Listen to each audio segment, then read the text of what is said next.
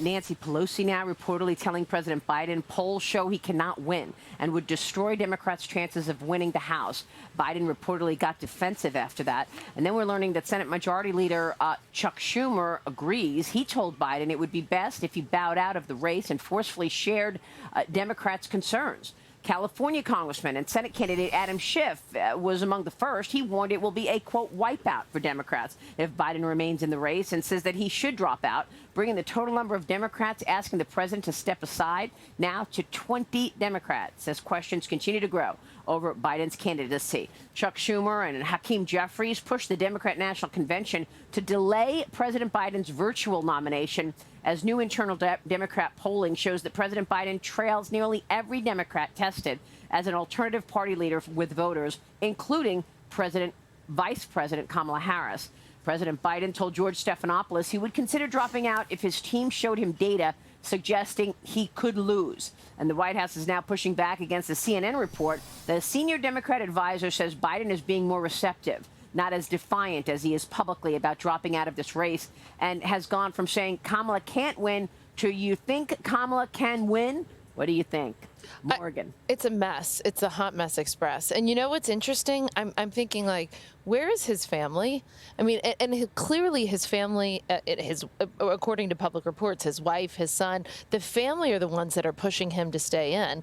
And if I was in that situation or you were in that situation, you would think the people around you would take best care of you and say, you know, let's preserve your legacy. It's time to move on. But, you know, this has been happening for 4 years. It's not like when I see these interviews and the Democrats are saying, well, that wasn't good enough. I'm thinking this is the same interview. This is the same Biden that I've seen for 4 years.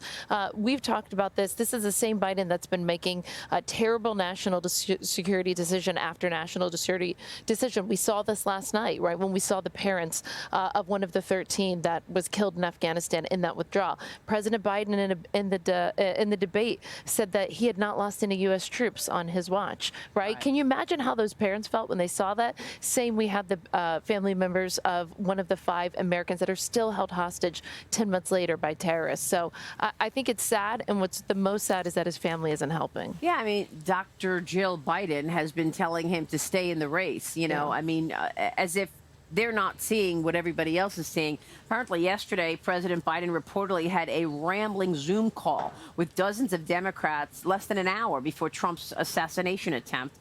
That's being called worse than the debate after repeatedly losing his train of thought on that Zoom.